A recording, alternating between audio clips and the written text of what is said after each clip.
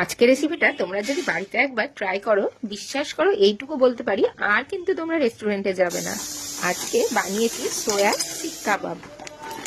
জন্য সয়াবিনকে কয়েকটা টুকরো বেশ কিছুটা সয়াবিন নিয়ে গরম জলে আমি ভিজিয়ে রেখে দিয়েছি।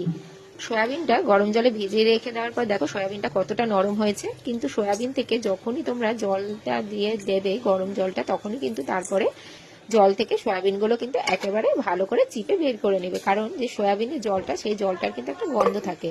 এইবার সয়াবিনটা আমি একটা গ্রেটারে ভালো করে গ্রেট করে নিয়েছি। ভালো করে গ্রেট করে নেওয়ার পর সেই সয়াবিনের যে গ্রেট করা সয়াবিন, তার মধ্যে দিয়েছি অল্প পেঁয়াজ কুচি, অল্প দিয়েছি ধনে পাতা কুচি, কিছুটা পরিমাণে লঙ্কা কুচি, কিছুটা পরিমাণে দিয়েছি লঙ্কা বাটা, দিয়েছি পরিমাণ মতো লবণ, দিয়েছি ধনে গুঁড়ো, দিয়েছি একটু জিরে গুঁড়ো, আর দিয়েছি আমচুর পাউডার। তবে আমচুর পাউডারটা দিলে আমাদের যে কাবাব, সেই কাবাবের টেস্টটা কিন্তু খুব ভালো লাগে। এইবার বাইন্ডিং এর জন্য দিয়েছি বেসন 1 চামচ, দিয়েছি 1 চামচ মতো চালের গুঁড়ো, আর 1 চামচ মতো দিয়েছি কর্নফ্লাওয়ার। এই দিয়ে ভালো করে তোমরা সয়াবিনের যে গ্রেটটা করে রেখেছিলাম সয়াবিনটা, সেটা ভালো করে তোমরা কিন্তু মেখে নেবে। দেখবে পুরো শক্ত হয়ে গেছে। কিছুক্ষণ পর একটা কাঠির সাহায্যে সুন্দর করে কাবাবের আকারে তোমরা গড়ে নেবে। আমার রান্নাগুলো তোমাদের যদি ভালো লেগে থাকে, তাহলে বন্ধুরা তোমরা সকলে একটু শেয়ার, সাবস্ক্রাইব আর একটু লাইক করে দিও, কারণ তোমাদের শেয়ার আর সাবস্ক্রাইবে কিন্তু আমার একটু উৎসাহ যোগায়।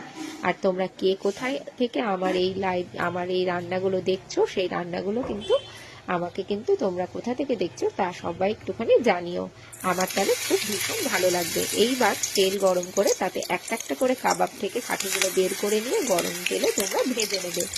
দিয়ে ভেজে নিলেই কিন্তু তৈরি হয়ে যাবে আমাদের শিক কাবাব। আর বিশ্বাস করো বন্ধুরা, এরপরে তোমাদের আর রেস্টুরেন্টে গিয়ে খাওয়ার কিন্তু কোনো প্রয়োজন পড়বে না। তোমরা কিন্তু বাড়িতেই এই রেস্টুরেন্ট স্টাইলের এই সোয়া শিক কাবাব কিন্তু তোমরা বানিয়ে নিতে পারবে। তবে তোমরা চিকেন দিয়েও তৈরি করতে পারো। আমি আজকে সয়াবিন দিয়ে করেছি। চিকেন কিংবা সয়াবিন কোনো কিছু তফাৎ কিন্তু আমরা বুঝতে পারিনি, সবাই কিন্তু খেয়ে খুব ভালো বলেছিল। তোমরাও কিন্তু বাড়িতে একবার ট্রাই করে আমাকে কিন্তু কমেন্ট বক্সে অবশ্যই কমেন্ট করে জানাবে যে তোমাদের কেমন লাগলো আমার এই রেসিপি। আর আমার ভালো ভালো রেসিপিগুলো তোমরা যদি জানতে চাও, তাহলে অবশ্যই মুনমুন ঘোষ চৌধুরী যে রেসিপি চ্যানেল, সেখানটাতে কিন্তু তোমরা অবশ্যই দেখে নেবে। আর দেখো কতটা সুন্দর ভাজা হয়ে গেছে, খেতেও কিন্তু অস্বাভাবিক সুন্দর হয়েছিল। যখন লাল লাল করে ভাজা হয়ে যাবে, একটা একটা করে কাবাব কিন্তু তোমরা উঠিয়ে নেবে। দিয়ে সসের সাথে হোক আর যে কোনো চাটনির সাথে তোমরা এই শিক কাবাব তোমরা পরিবেশন করে খেতে পারবে। আমার ভাজা কিন্তু প্রায় অলমোস্ট হয়েই গেছে। দেখো উপর নিচ দিকটা আমার লাল হয়ে গেছে, একটু লাল লাল